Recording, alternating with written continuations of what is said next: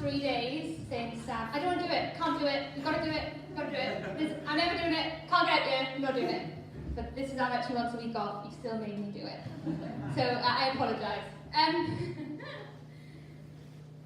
So we're finishing our health series, so I'm in the last week. So the last couple of months, we've been doing kind of what it looks like to have a healthy lifestyle and healthy bodies, healthy spiritual life, healthy souls, and how that looks for us in relationship with Jesus. So I'm on the last week, and I am doing a healthy future. So there's two different things I felt God wanted to talk on, but I'm one of time, so I'm going to focus on one. We're going to look at our past today. We're going to look at things in our past that define our future. And there's two, when I was praying about it, I felt like God was saying there's two different things. One is, in our past, there's things that we make our own choices, things that we choose to do, right or wrong decisions that affect our future. Yeah? And that's in our own control, so we make that choice ourselves. Then the second thing, which is what I want to talk on a little bit about, is things that we don't control that happen in our past that affect our future. So I'm talking about things that your family's decisions that have been made, where you live, whether you live on a council estate, or whether you live in London, or whether you live in Cardiff, wherever you live, and how that affects your future. And the expectations that are put on you as a person from what your upbringing was like, from what your generations before that of your family, and what culture they have brought you into. Because we all live in our own culture, in our own family, and we have our own mindsets that we think are normal. Yeah? So actually, when I came into Sam's family, it's quite similar to my family actually, which I'm glad for, but very different in the same way. And there were many things that when I married Sam, I thought, surely all families are like this. You know, like, yeah, this is how we do, this is how we deal with issues, this is how we do. And actually, very different. My family is quite confrontational. We argue in not necessarily always in a good way, but we argue very, very open. With Sam's family, they're a lot more. They sit down and talk about it like adults, whereas my parents, we just go for it. All cards on the table, nothing, that's it. We just speak our mind. Whereas in Sam's family, a lot more calm. That is just different for me. Neither is right or wrong, but it's different. And that affects how I will bring up my children. Yeah? So how Sam has been brought up affects how he brings up his children, and same for me. And we have to find some middle ground. So that's what I really felt like God wanted me to talk on, was that actually our upbringing and where we live and how that affects our future. And we do have choices in that. Yeah? So we don't have to carry on this cycle that our families have done. We can break it, and we can actually say, no, Jesus can change that. There is hope for that. So I have some statistics which was shocking. I couldn't find many, so I wanted to do. I had a little graph ready to show you, but I couldn't find enough. So the one thing that I was looking online, the most shocking thing I found, and this is not me speaking this over anybody in the room, this is national statistics now. So children that have been part of a family that have been divorced, 60% of girls are likely to be divorced. 35% of men will go on to be divorced. That is huge. Yeah? So I just wanted to show you that actually it impacts the future of our children and the generations after that. But what I'm saying today is that let's break that. Let's sort that out. We don't have to carry on that cycle. So this is something I'm quite passionate about. I grew up in a lovely Christian home, and many people say, oh, I wish I had your testimony where you grew up in a Christian home, you knew you were loved, you knew Jesus loved you. But that was not the story for my parents. That was a very different story. So my parents became a Christian when I was 2. I'm going to share a little bit of my story. I was about 2, my mum became a Christian, and later, a couple of years later down the line, my dad became a Christian. My brother was about 8 at the time, so my brother remembers a lot more of the change that happened. But when my mum became a Christian, she had 2 choices. She was from a family, no education. My dad didn't have education. Neither of them had a A level to their name or GCSE to their name. They were never told to aspire to be much. Their parents, both sets of parents, were married but unhappily married. Never said I loved you to each other. Lots and lots of things. They weren't just from, I suppose, a normal, nice, knitted together family. And when they became Christians, my mum had a choice. She chose to choose to address those issues or leave Jesus on the side and carry on how her generations before her. She was the first person ever to become a Christian in her family. Same as my dad, never. They thought they'd lost their mind. All the family were like, I think you need to go to hospital, there's something wrong with you. Because they were so different. And she had a choice, I remember one time they came home, we'd been to church, and they just cleared out all the DVDs, and you're like, what the heck are you doing, man? It's like, nah, not having this, don't need to watch this anymore, don't need to play this. My brother had a Sega or whatever, and used to play these games. No, that's not appropriate for you, you're only 10, get out. My brother's like, no, this is like, what are you doing to me? But things like that, and it was just this huge shift in lifestyle. And that, I can say, hand on heart, if they didn't make those choices, I would not be here today. And I know that. I know that I could not stand here today and say that I'm a Christian, I love Jesus, that I married a man that loved Jesus, and I have an amazing future ahead of me. And if they didn't deal with those issues, this could be a whole different story. Yeah? If they didn't decide to say to each other, I'm committed to you 100% to be married, to allow Jesus to be part of our marriage, and let's make this the best it can be. Yeah? Because I know that my example of my parents makes a huge impact on me and Sam. The negatives and the positives. The way I argue, negatively. Anyway, right, I've gone on that. So, this is, as we're looking through the Bible, this is something that doesn't necessarily only affect us today in the 21st century. Yeah? So all of this isn't new. This isn't new. This is in the Bible. There are people that have grew up in homes and families and generations worth of dysfunction and mess. But God still used them. And so the one person who's most shocking that I think this happened to is Jesus. So if you want to turn to your Bibles in Matthew 13, 53 to 58. We're going to be going back and forth to it, so you can keep it open. So I'll read it. So it says, 53, and when Jesus had finished these parables, he went away from there, and coming to his hometown, he taught them in their synagogue, so that they were astonished and said, where did this man get his wisdom and these mighty works? Is he not the carpenter's son? Is not his mother called Mary? And are not his brothers James, Joseph, and Simon, and Judas? And are not all his sisters with us? Where then did this man get all of these things?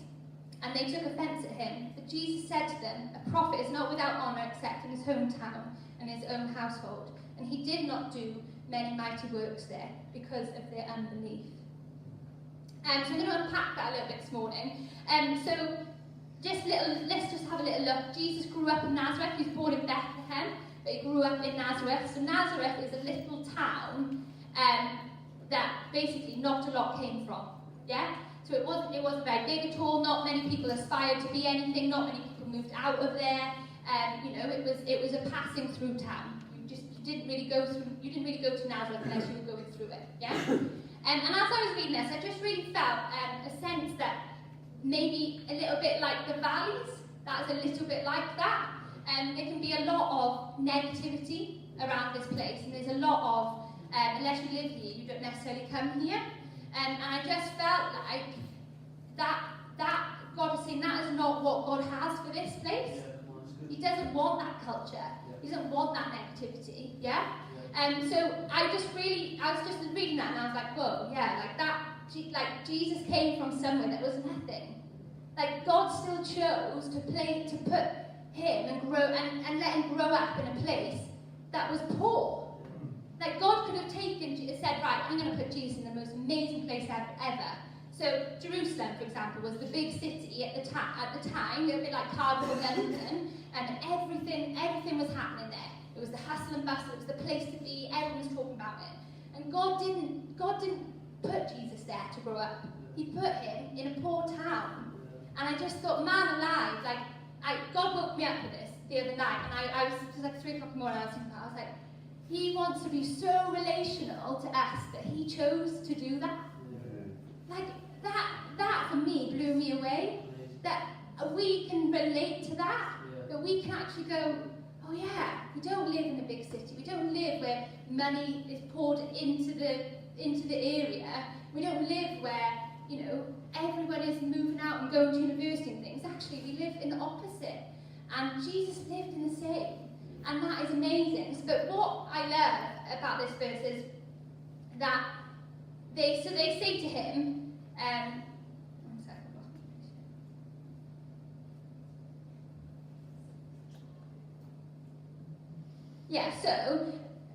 going back. So Jesus was so defined by where he lived and where he grew up. His name was Jesus of Nazareth. Yeah? So it's like me being called Near of Pontypridd. Yeah? Or Nicky of Merthyr.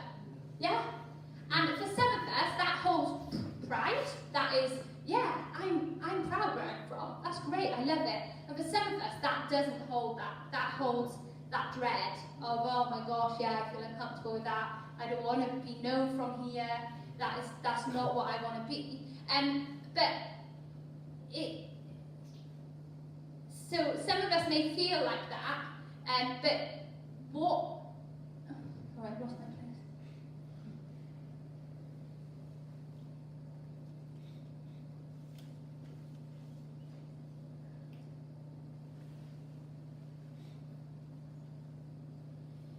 Yeah, so what Jesus' example in this verse is, so he just walked away. At the end of the verse it says, he did not do many mighty works there because of their unbelief. He didn't let that define him. He didn't let that define him that everyone was like, who are you, Jesus? Aren't you from here? How did you get all this wisdom? And they start judging him immediately, don't they? And they start saying, actually, who are you to come back here to teach us when you're only from here? You're only from Nazareth, which is nowhere. So I just really felt like that was one part of the verse that I wanted to kind of... No? Something's going on. The link's falling down. Oh, there. I'm in through one of these. Bit of drama. Oh, a bit. I don't want any injuries, so thanks.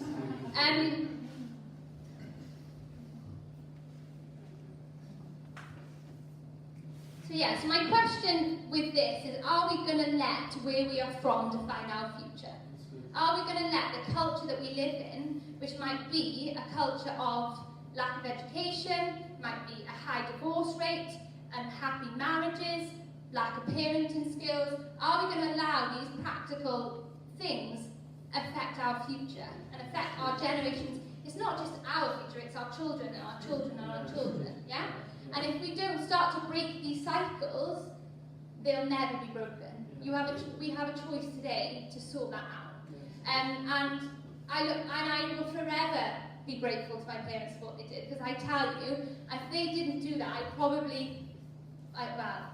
know what I do know what I would be doing, but I won't say that in church. But I guarantee I would not be here. So it does have an impact. So the second thing I wanted to look on. So we've looked at Jesus lives in Nazareth, and that is what he was defined for. That was his name. His name was Jesus of Nazareth. It was a poor place. It was nowhere. Nobody really cared about it. Yet he broke all those expectations, and he went out, and he did more than anyone could have imagined for somebody that lived in that place. Yeah? The second thing I want to look at is Jesus was not only judged for where he lived, but he was judged for who he came from. So in this verse it says, if you go back to it, it says, is not this the carpenter's son, and is not this his mother called Mary? And here they talk about, they just start naming his brothers, and they're like, oh, isn't he Joseph and all of this, and they talk about the family as if they were nobodies, yeah?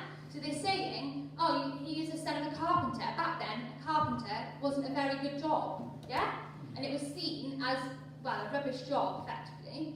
And they are putting that on Jesus. They're saying, isn't he the son of a carpenter? Why is he doing that? How can he do that? That's not possible. Because you only become what your parents become. So why is he anything more than what his dad is? Yeah? And this is huge. This is huge. And I really feel like God wants to really go deep in this today and actually really get into the nitty-gritty of our lives.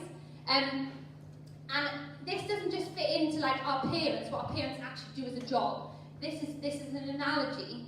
I'm talking about like the way that your parents deal with, or the way that your family have dealt with conflict, the way that your parents deal with how they parented you, and all of that, and what has happened in the generations before that.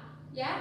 And actually, this is just an analogy of actually saying you become like your parents. So me and Sam, we as our little thing to keep on top of our marriage, we read a book every year, and on our anniversary, we talk about the book and we say, right, what, a marriage book now, not just like a novel. I'm talking about a marriage book, practical marriage book. And we read it throughout the year, and we then go away for our anniversary and we talk about the book and we say, what is that that's helpful about this book? What is it that you've realised you need to work at, and all of that? Because it's effort. And we read the book, and it says in this book, one of the chapters, it says, you are what your parents are, who your parents are. And we don't like to believe that, do we? We don't like to believe that we become like our mums and dads, yeah? We all like to think we're different. And so in the book, it goes through this chapter, and it says, you basically will eventually be like your mother or father in 20 years' time. And at the end, it has these questions, and it says in there, it says, talk to your spouse about the things that you like about your mum and dad, that you would like to carry on through to the generations below. Talk about things that you don't like, and what you can do to help each other not become like that. And we sat and we talked about it, didn't we? And we also did the opposite. We also said, we were quite brave in this. We also said, I said what I didn't like about my in-laws, and he said what he didn't like about his in-laws. And we talked about it. Huh? I liked it, of course I liked. So we, stop hacking me. So we went through that, and that was huge, because we both thought, yeah, we know the things we don't like about our parents, and we won't ever become like that. Yeah, we're all naive to think that. I don't like the way my parents argue, and I look in there and think, oh my gosh, I'm doing exactly what my mother does. All the time, every argument, that's exactly what my mother does. But I hate it, but I still do it. But Jesus in this passage doesn't become like his mum and dad. Yes, he worked as a carpenter, but he did so many more things than that. He broke all expectations that were put on him because of the upbringing in his family. Yeah? There's expectations that we have. People say to me, oh, you're a Thomas, you're going to be loud, you're going to have your own opinions and know your own mind, because it's exactly what my family is like. Yeah?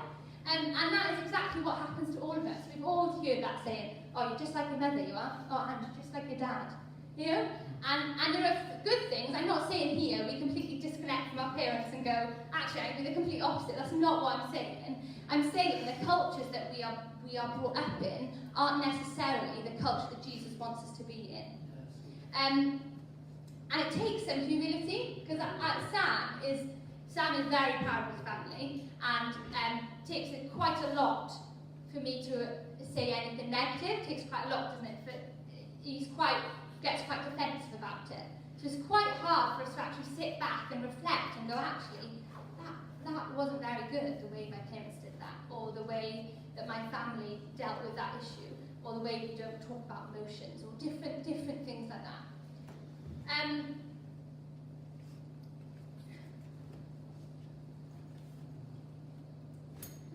But also, it can do the opposite. So we can have expectations put on us because we're from a family, but also we can have a lack of expectation. Yeah? So we can be from a family that might not have of generations of family that might not have amounted to anything, and therefore people say to you, oh, yeah, don't bother with school, you'll be all right, don't worry, everyone else is fine, they survived, you'll be fine. And it's a lack of expectation that's just as damaging as having expectation up here. Yeah? Both of them are no good, because we shouldn't be living by expectations or by cultures anything other than what Jesus did. So I was also reading and praying about what I was going to speak on, and I just felt like Jesus doesn't put any expectations on us. He doesn't put any limitations. He doesn't say, oh, you know, Nikki, you're from Merthyr, so you can't do that. He doesn't say that. That never comes out of his mouth. Because those things don't define us, yeah? He doesn't look at us and go, oh, they're from Fernhill. Oh, Laura's from Fernhill. Nah, she'll be fine, just leave her. That's not what he says. He just says, Laura, she is my daughter, and I love her, and I want the best for her, and that's it. There's nothing, no strings attached in it, and that's what I love. I love that. That there is, even though society tells us, actually, you know, your parents have been divorced, therefore you're 60% chance going to get divorced. Just because society tells us that, doesn't mean we have to fulfill that. We don't have to fulfill that whatsoever. We don't have to become a statistic. We can sort our lives out. We can change our lives. And the one thing I love the most is John 10:10. Jesus says, "The thief comes only to steal and kill and destroy. I have come that they may have life and have it to the full." Yeah? And when I read that, I thought to myself, oh my gosh, life to the full. That means stepping out of the expectations, taking off all those coats that we have, and all those layers that people put on us just because we're from a council estate, just because we're from Mountain Ash, just because we're from a broken family, or just because we're from, I don't know, a family that isn't liked in the community. Anything like that, yeah? We can take those layers off. Because Jesus wants us to have life and have it to the full. And we can't have the harsh realities. We can't have life to the full if we are under other people's expectations. Yeah? We can't do it. And it is not going to work. And if you think today you can do that and you can have life to the full and still live under people's expectations, whether that's your family or anyone else around you that's put that on you, or whether it's because you live in a certain area, it will not work. Yeah? It cannot work. Because Jesus says he wants us to have life to the full, and that means we take off our expectations and we change our cultures. Yeah? Like imagine what your children could say about you when you're gone and they're standing up here or they're and they're doing amazing things, and don't you want your children to do more than you've ever done?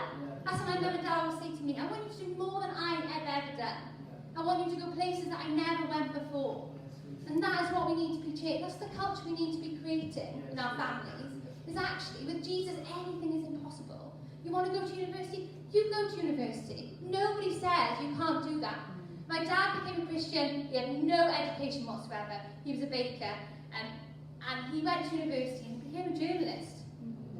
Like this man who was told he barely can read and write. And he went and did his whole career writing English. Like it's mad. Like it goes against all of what society told him growing up. So it can happen. And I'm speaking this is really personal to me, and this is huge for me. And I think that it's important. It's important to talk about this, because I'm not saying that Jesus doesn't transform lives in a split second. He does that. He does that. We meet with him and he changes us and he fills us with his Holy Spirit. Absolutely. But at some point we have to recognise Jesus isn't a little bit on the side. I was thinking about this in bed last night. I was awake again at 2 o'clock in the morning. And I thought sometimes this is really random, we treat Jesus like a side of garlic bread or a side of chips when we order our main meal, yeah? And we're like, oh, I'll have a bit of garlic. I like a bit of garlic bread. Oh, that'll be nice for my meal. Yeah? And we have a bit of garlic. Oh, that's nice, yeah. Satisfies us for a couple of days. And then I thought to myself, hold on, Jesus has to be the main meal. He has to be the centre of it. And that means talking about these practical things. And I don't think church talks about practical things a lot. We talk a lot about airy theory, and I think that is great sometimes, but sometimes we have to talk about having a relationship with Jesus. What does that look like for our marriage? What does that look like for our parenting skills? What does that look like for our friendships? What does that look like for reconciling with people? Yeah? And I feel really passionate about it, as you can tell. I love it. And this is stuff that I just love. But and then I was praying to God. I was like, well, how does this happen? Yeah. And I was looking at my parents' life, and I was going, how did they do that? Because that didn't happen overnight. That took years. It took years and years of effort and energy and time. And I just felt like God said to me, intention. Intention is the key. And And I always speak to my parents about the choices they made and stuff, and they said they intentionally made the right choices, yeah? And they intentionally went out, sorted their marriage out. They didn't just sit at home going, one day it'll be great. One day Jesus is going to sort us right out, and until that day we'll carry on going on as we do. No, it ain't going to happen, people, right? If you want Jesus to sort your life out, do something about it, yeah? If you think, right, I'm going to really want to get some help for my marriage, or I really want to get some help for how I parent my children, there are hundreds of resources out there, Christian resources. And these people that have started these charities, they have had amazing encounters with Jesus and God that has given them that knowledge. Yeah. It's not just knowledge that they've plucked up out of thin air and thought, this is great, this will make it in society. No, these are revelations that God has given them to say, actually, this is how I believe, this is how I think that God wants us to live when we're parenting our children. And this is how I believe God wants our marriage to look like. And they're not all area, they're practical things. The books me and Sam read, they are practical things. Yeah?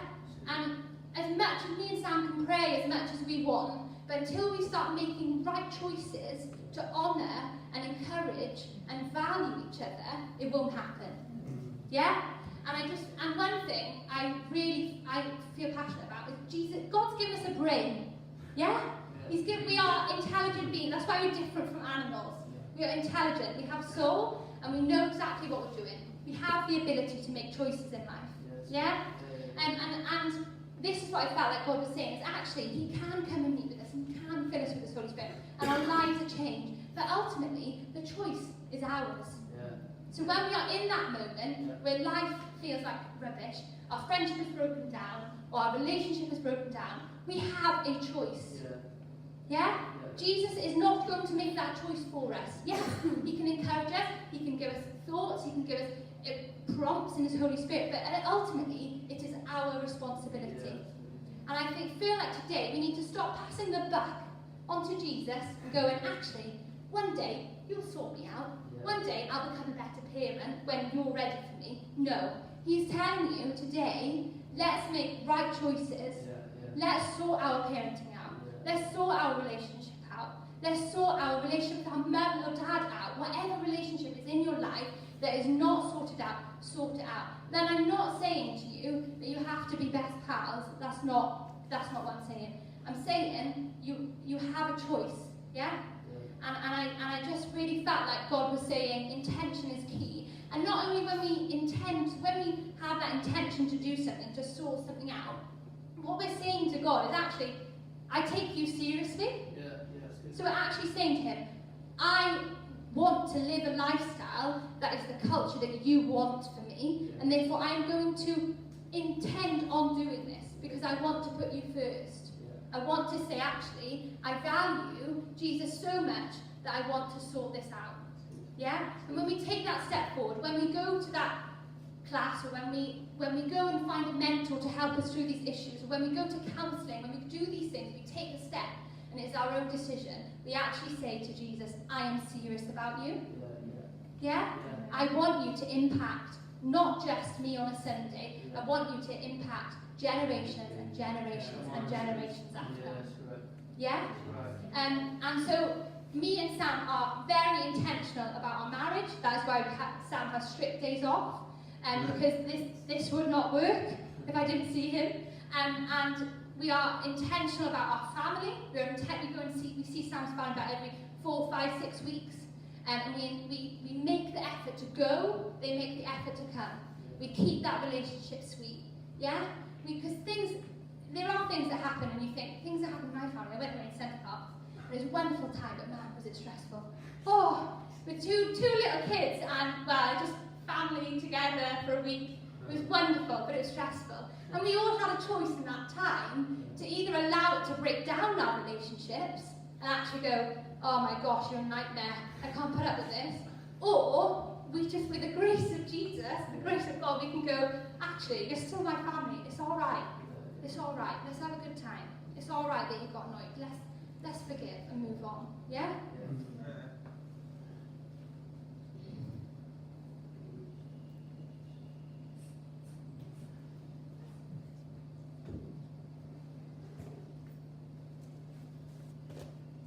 Yeah, and I just to add on there, I'm nearly finished. Jesus was intentional, and this isn't just me using a word that society uses. Jesus was intentional with his ministry. He didn't sit in Nazareth and go, everyone come to me. Yeah, they'll all eventually flock to me because they'll all hear about me. No, he said people need to know. I have to go. Yeah, I have to move. I can't just sit in this one place and hope that people come to me because I'm amazing. No, he said people need to hear me and I have to go. And he moved. And he was intentional with his time with God. He spent time and he put it aside and he said, this is my time with God. And that is something we need to start reflecting in our lives, is being intentional about things and like taking that responsibility back and saying, actually, you've died for me, and if I'm going to show you that I'm serious about these things in my life, I'm going to show you that I want to change the culture that I grew up in and for the generations after me, and therefore I'm going to be intentional. I'm going to see what help I can get. Yeah, I'm going to speak to somebody about this, somebody that's been through a similar thing. And that's it, really. That's it. I think my question today is, are we letting the decisions of the generations before us in our family or the area that we live define our future? And if we are, what are we going to do about it? If you were told that you will never amount to anything, what are you going to do about it? With Jesus by your side, what are you going to do about it? Are you going to go and are you going to learn to read and write? Are you going to get up? Are you going to find a job? Are you going to go to university? That is the question. Yeah? And I really hope that we get it. We get it. Because otherwise, generations to come, people will go, wasn't somebody a Christian somewhere down the line? Yeah, they were, but their life was just the same. Yeah? And that is not what Jesus wants. He wants us to live in a culture where we change the culture. We change Mountain Ash. We change Fernhill. We change Aberdeen. Yeah? But we do that by changing our lives first. To stop looking around and saying, actually, that needs to change about them. And start looking at our own lives. And that goes for me. That goes for me and Sam as well. Yeah? I'm going to pray. And then, I think we'll see what happens. Father, I thank you so much. I thank you that you chose to put Jesus in Nazareth, a poor place.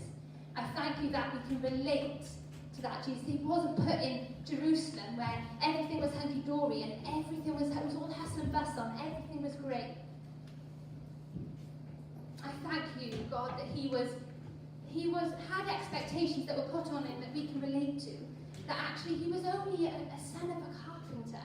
He wasn't a son of a king. Well, he was a son of a king, but not an earthly son of a king. And none of us here, all of us, have got past that our families have made decisions and choices that are out of our control. But today, God, we say we take back that control. We take back that responsibility, and we say, actually, Jesus, with you, I'm going to change this. With you by my side, I am going to do my best. And I want the generations and generations and generations after me to be saying, remember Nia, who changed the generations after her, by being intentional, by making right choices in moments that mattered.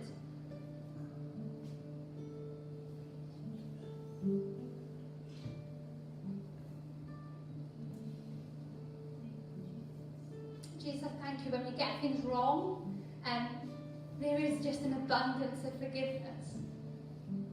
I thank you that even if we start this journey today of being intentional and sorting things out and saying, Jesus, we take back that responsibility, we're going to sort this out with you by our side. Lord, I thank you that even what's done before all of this today is forgiven.